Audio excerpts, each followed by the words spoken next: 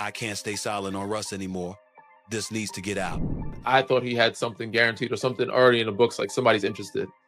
For you to opt out, from what I heard, is that they were not planning on to play him at all this year, even behind certain guys that he should be above. Russell Westbrook's situation has officially crossed into ridiculous territory, and pretending otherwise would be weak. Stephen A. calling out the NBA's wildest free agent mystery isn't just for headlines, it's because something about this entire situation feels completely off. The things that you built your career off of and people fell in love with you about is the same thing that's your downfall right now. How does a former MVP, a triple-double machine, a player who used to bend the league to his will, suddenly sit unsigned like he's some fringe rotation gamble? And trust me, this is not just a basketball story anymore. It's a whole behind-the-curtain mess that the league hopes the public won't question.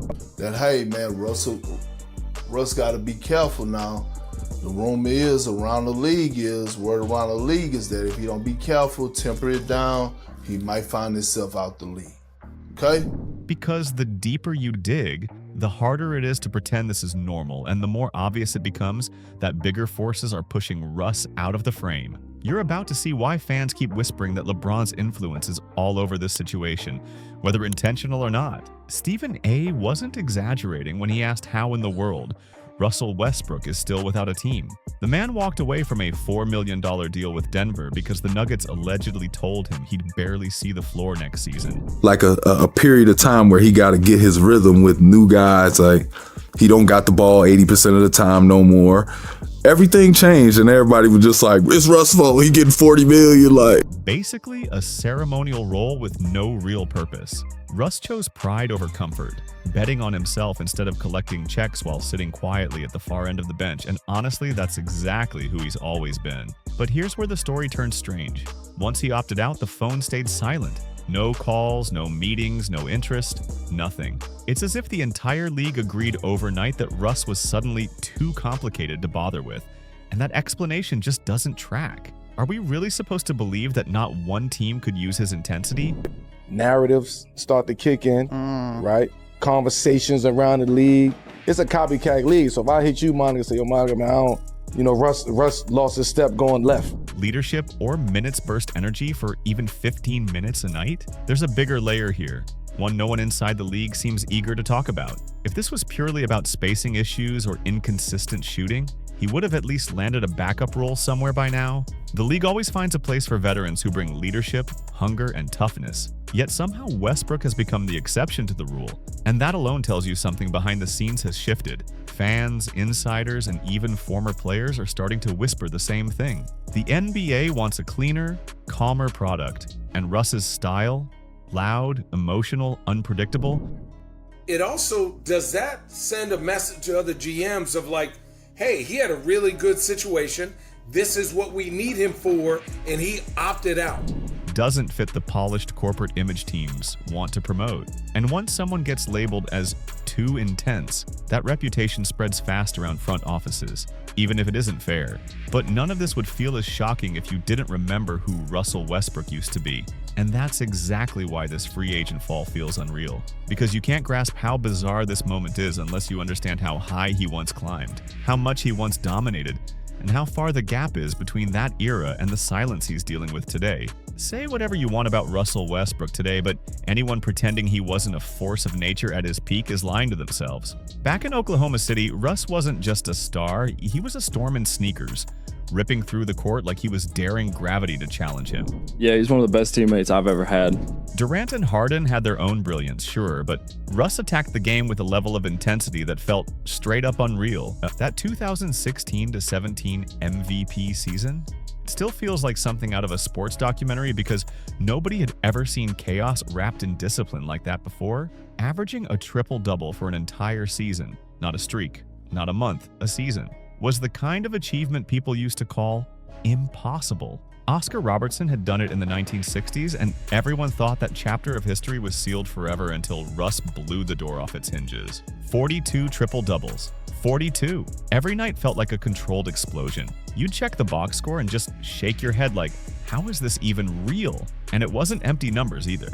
Russ played with emotion, electricity, and a sense of purpose that made every game feel like theater. His dunks, his reactions, his fire, all of it carried that signature "why not" energy that turned him into more than a player. Bronny got a contract, and Russell Westbrook gets thrown out the door. That's the reality. He wasn't just hooping, he was making a statement every time he stepped on the floor. Walking into arenas dressed like a runway model, then dropping 40 with pure competitive fury an hour later, that was the full Russ experience. And the culture ate it up. Before tunnel fits became Instagram's unofficial fashion runway, Russ had already turned the pre-game walk-in into a cultural moment. And after Kobe retired, you could argue Russ carried that relentless dog mentality better than anyone in the league. Fans who loved him watched every game, and even the people who claimed to dislike him still tuned in because you never knew what kind of wildfire performance he was about to unleash. He was unpredictable, explosive, and sometimes messy, but always authentic. And that's what made him magnetic, which is exactly why his situation today hits so hard. We're not talking about some journeyman who got hot for a single season. We're talking about a former MVP, a 9-time All-Star, a 2-time scoring champ, a player who once carried Oklahoma City on his back when the stars around him walked away. That's the kind of legacy that shouldn't just fade into silence, and yet here we are watching the league act like it forgot who he used to be. So when you see Russell Westbrook sitting unsigned, it doesn't feel like some quiet, predictable decline. It feels like the league suddenly forgot the caliber of player they're dealing with. And that's exactly where the story gets twisted, because once he left Oklahoma City,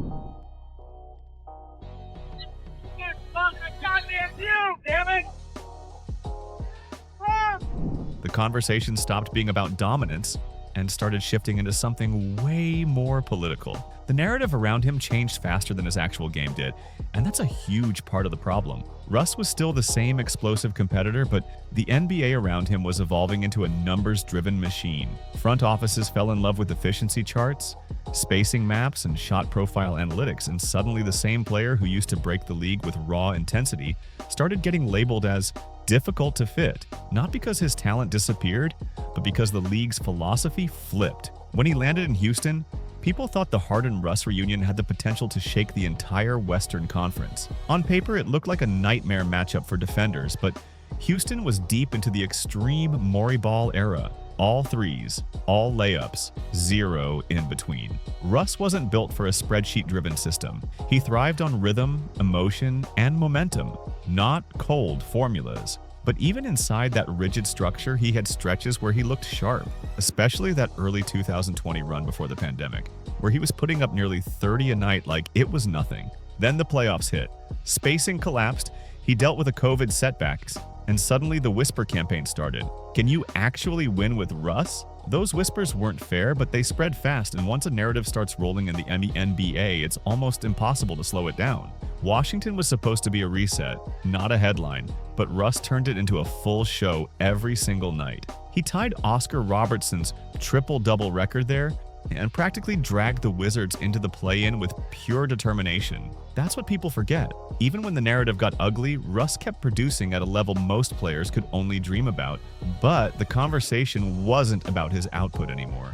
Instead, it became about contract size, fit questions, and spreadsheets claiming his efficiency didn't translate. And then came the Lakers, the move everyone thought would be the redemption arc, the comeback chapter, the prove them wrong moment. LeBron, AD, and Russ on one roster sounded like a cheat code, like something out of a video game. But from day one, it felt uncomfortable. The fit never clicked, and LA's spotlight is absolutely unforgiving. Every missed shot became a trending topic. Every off night turned into new memes, and people acted like he forgot how to play overnight.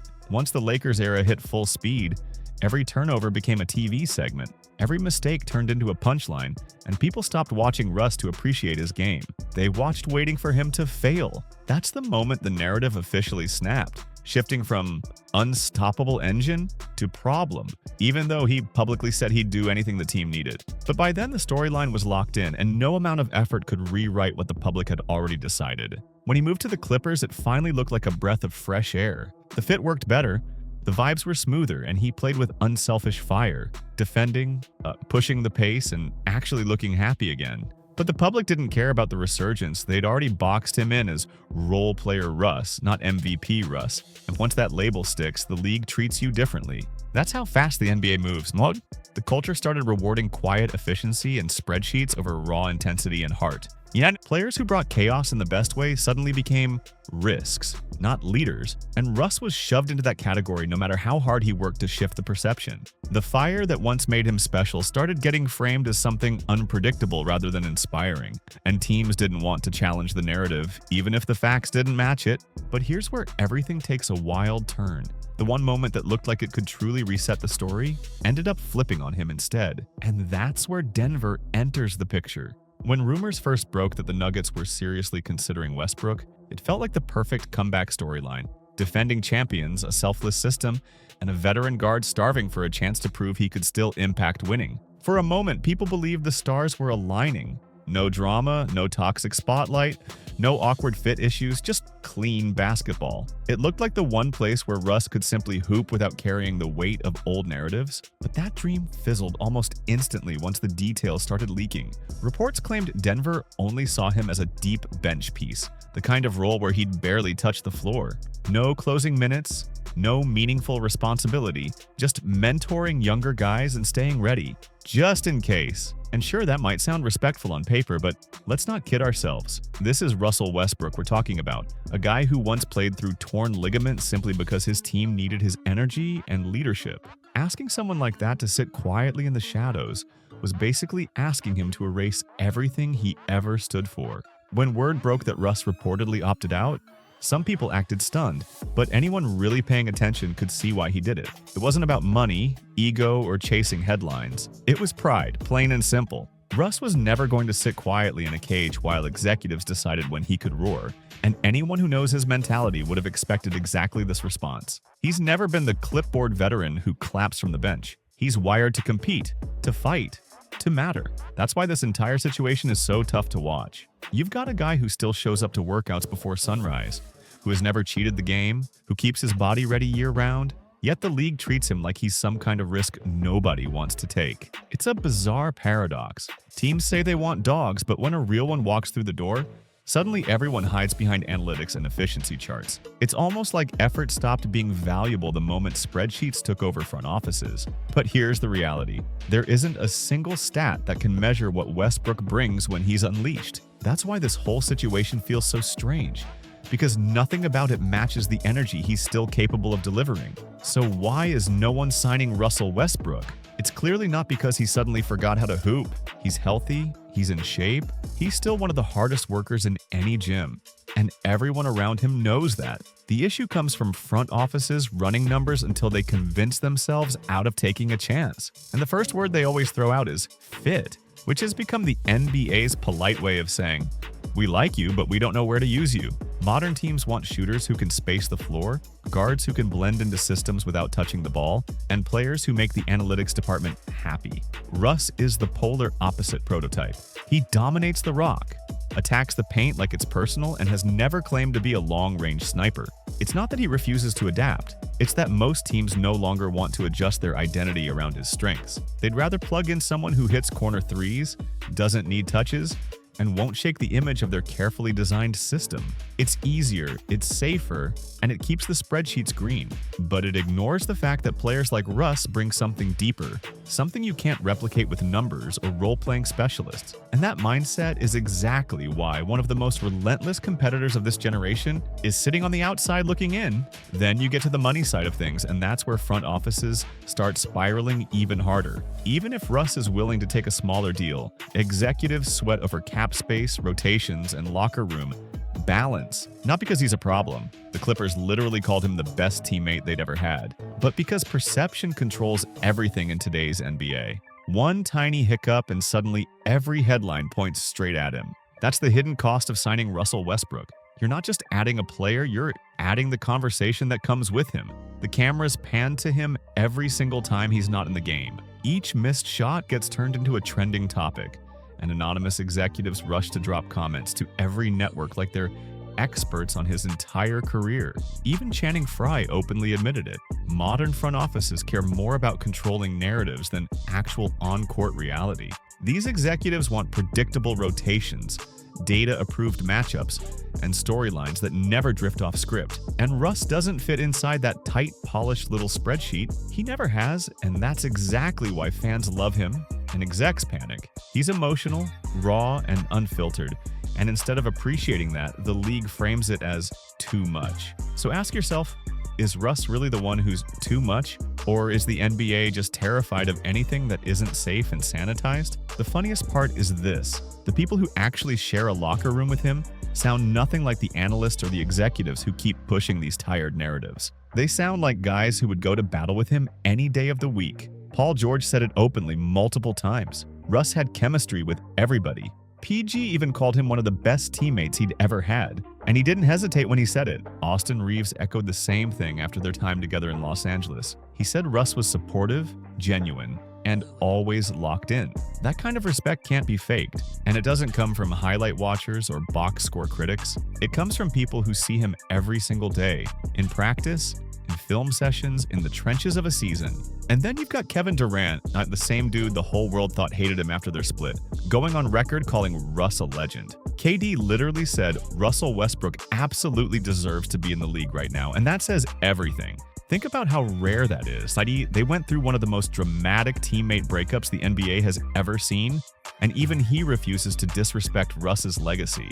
That kind of praise cuts through every narrative the league tries to push, because the people who actually know Russell Westbrook aren't questioning his value at all. It's the executives hiding behind spreadsheets who keep pretending they can't see it. Then you've got Shaq, a man who does not sugarcoat anything, going on his podcast and speaking straight from the chest. He praised Russ's passion, his work ethic, and the fact that even when the numbers dip, that trademark intensity never disappears. When someone like Shaq, who has seen every type of superstar ego imaginable, calls you one of his favorites, that speaks louder than any analytics chart could ever dream to.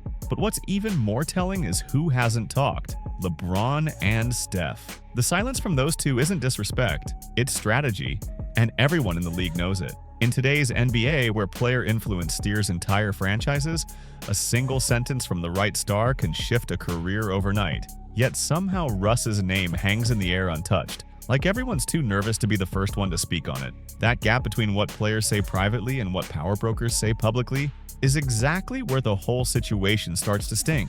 The guys who actually played with Russ, they love him.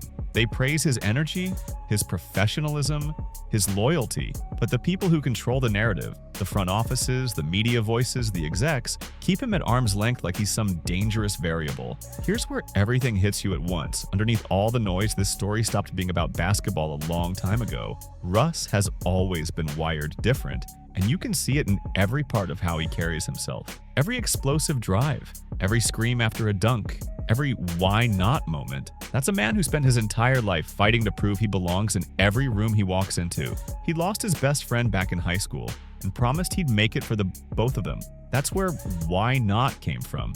And that's why it turned into a whole lifestyle, not just a slogan. That's not marketing. That's survival. That's resilience.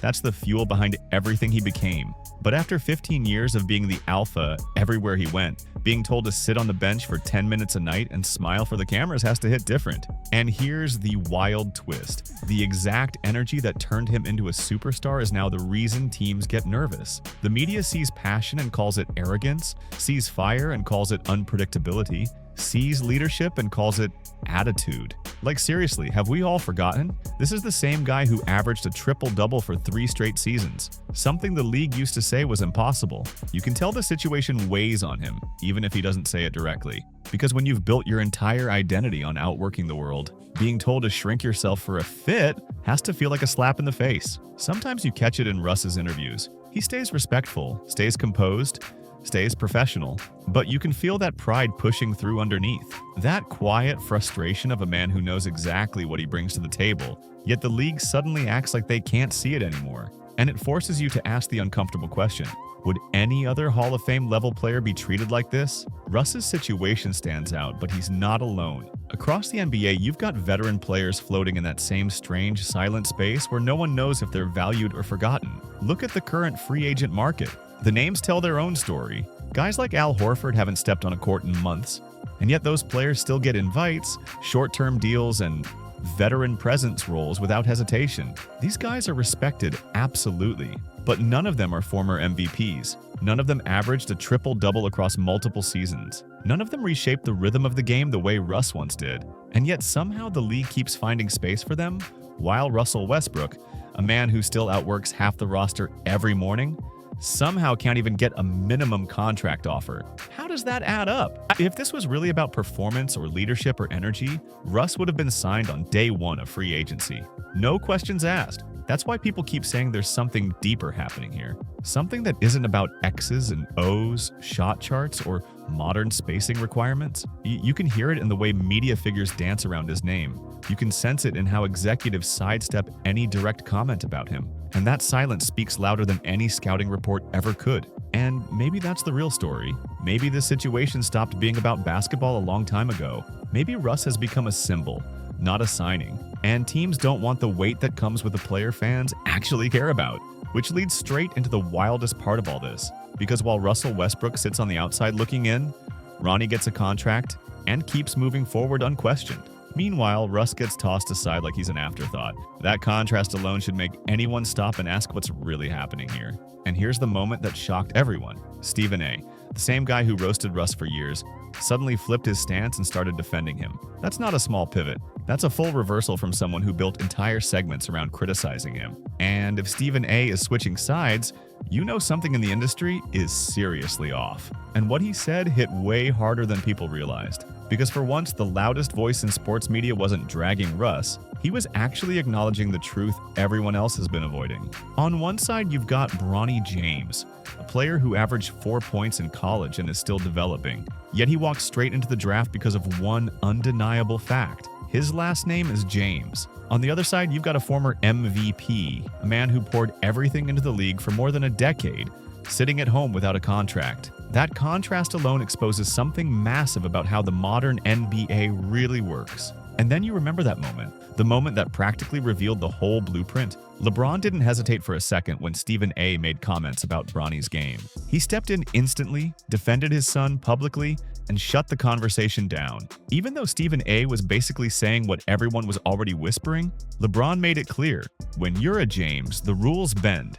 That's the power of influence in real time. Now compare that to Russ, a guy who once stood shoulder to shoulder with LeBron, played alongside him, sacrificed his own game to try to fit into LeBron's system. Yet he can't even get a courtesy call from the league's biggest star. That's the power play no one wants to say out loud. Because in today's NBA, talent isn't the only thing that dictates careers like influence does, and certain players hold more of it than entire franchises. LeBron James is the strongest example of that power. Through his agency ties, especially the influence Clutch Sports carries, and through his own status as the face of an entire generation, he can open doors for people or politely close them. He can generate opportunities for friends, shift narratives in media, and push the league in whatever direction aligns with his interests. None of that is illegal. It's just the reality of superstar weight. Now look at Russell Westbrook through that lens. For years, he existed inside that top-tier circle. Respected, celebrated, and viewed as one of the fiercest competitors on the planet. He wasn't just a star, he was a staple. But fast forward to today, and Russ is clearly on the outside looking in. He's healthy, he's grinding, he's still hungry, but the influence that once helped him navigate the league simply isn't backing him anymore. And in a political league, that shifts everything. People keep repeating the same excuses. He's not a fit. His game declined. Teams don't know how to use him. But let's keep it real for a second. We've seen veteran revivals time and time again, and most of them didn't have half the resume Russ has. Derrick Rose went from MVP to barely staying in rotations to suddenly becoming a key piece on contenders again, because someone believed in him. Dwight Howard went through years of criticism, yet he still found ways to contribute meaningfully when teams were willing to give him another chance. So it's not that comeback stories don't happen.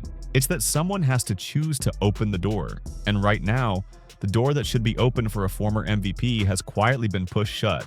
Not because he can't play, but because the politics of the league have shifted in a way that leaves players like Russ stranded unless someone with real influence steps in. And until that happens, the message the league sends is loud and clear. Fame and connections can outweigh credentials and legacy, even when the resume in question belongs to one of the most relentless competitors the NBA has ever seen. Carmelo Anthony, one of the most debated, dissected, and polarizing stars of his era, took a break, came back, and instantly reminded everyone that he could still score at a high level. So here's the question that keeps echoing across the league. If Derrick Rose, Dwight Howard, and Melo were all given second chances, why can't Russell Westbrook get the same opportunity? What makes his situation so different? Is this really about fit, or is it about perception, ego, and the uncomfortable truth that Russ is no longer inside the NBA's inner circle of influence? Because let's be honest, he's not a broken player. He's still explosive, still relentless, still one of the most competitive dudes you'll ever meet, and still capable of changing the energy of a game the second he checks in. The only difference now is team hesitation. Hesitation fueled by narrative risk, media noise, and executives terrified of being blamed if the story turns messy. We've seen plenty of veterans walk into locker rooms with question marks hanging over their heads and shut critics up completely. So why is Russ the one being singled out? Why is he the exception in a league that loves redemption arcs when they fit the script? That's the part nobody wants to answer, and it makes the whole situation feel even more off. And that leads straight into the next brutal question. If the NBA isn't opening its doors, what alternatives does Russ even have left? Believe it or not, the world outside the league still has options. The Chinese Basketball Association has shown interest, and overseas markets would roll out the red carpet for a legend like him. Even the G League is technically a path. Not glamorous, not shiny, but still a stage where he could remind everyone that fire still lives inside him. But here's the kicker. Russ is not just any player, he's a former MVP, the triple-double king, a guy whose entire identity screams elite NBA competition. Taking a step down, even temporarily, isn't just a career shift. It feels like admitting the league moved on without him. And for a player built on pride and fight, that would sting in a way most people can't even imagine. History shows he wouldn't be the first star forced into this crossroads. Carmelo had to navigate it. Derrick Rose had to accept a different role to keep his career alive. Dwight Howard had to leave the league entirely at one point, just to prove he still had value. Every one of those guys faced a moment where the NBA made them confront a harsh truth, evolve or be replaced. And now, Russ is staring at the exact same fork in the road, except the pressure is heavier, the politics are louder, and the narrative machine has already decided his story is too risky. That's the real battle he's fighting. Not his body, not his game, but a system that would rather play it safe than bet on the fire that once electrified the entire league. Could Russ take a prove-it deal in the NBA? Yeah, he absolutely could. But would it feel fair after everything he's given the game? Probably not. Sometimes the world doesn't care about fairness, it cares about convenience, and Russ has never been the convenient choice. But now it's time to talk strategy, because if he wants this next chapter to be one he fully controls, he needs the right environment. Not just a team desperate for points, but a contender that actually respects what a veteran like him brings. He'd need a defensive core behind him to cover certain limitations, while he injects the energy, the pace, and the electricity that only he can bring. And on the PR side, he'd have to dominate the narrative the same way he used to dominate the paint. Public workouts, behind-the-scenes footage, interviews, social media moments, all showcasing that he's still the same relentless Russ, but sharper, more strategic, and ready to fit exactly where a contender needs him. If he plays this right, the same league that sidelined him could be forced to admit how badly they misread him. Redemption isn't just possible, it's sitting right there waiting for him to grab it. And if he pulls it off, nobody will forget it, because a comeback from this point would shake the entire conversation around him forever. So here's the real question. If you were in Russ's shoes, what would you do? Take the easy path? Fade quietly and accept whatever the league offers? Or fight like a man who's built his entire life on intensity, resilience, and refusal to fold? Because one thing's clear, Russell Westbrook isn't finished yet, and the next chapter might be the wildest one he's ever written. If you want to see how this story unfolds, make sure you hit that like button, subscribe, share the video, and drop your thoughts in the comments. I read everything. And trust me, you do not want to miss a single moment of Russ's journey, because whether you love him or can't figure him out, you've never seen anything in the NBA quite like what's coming next.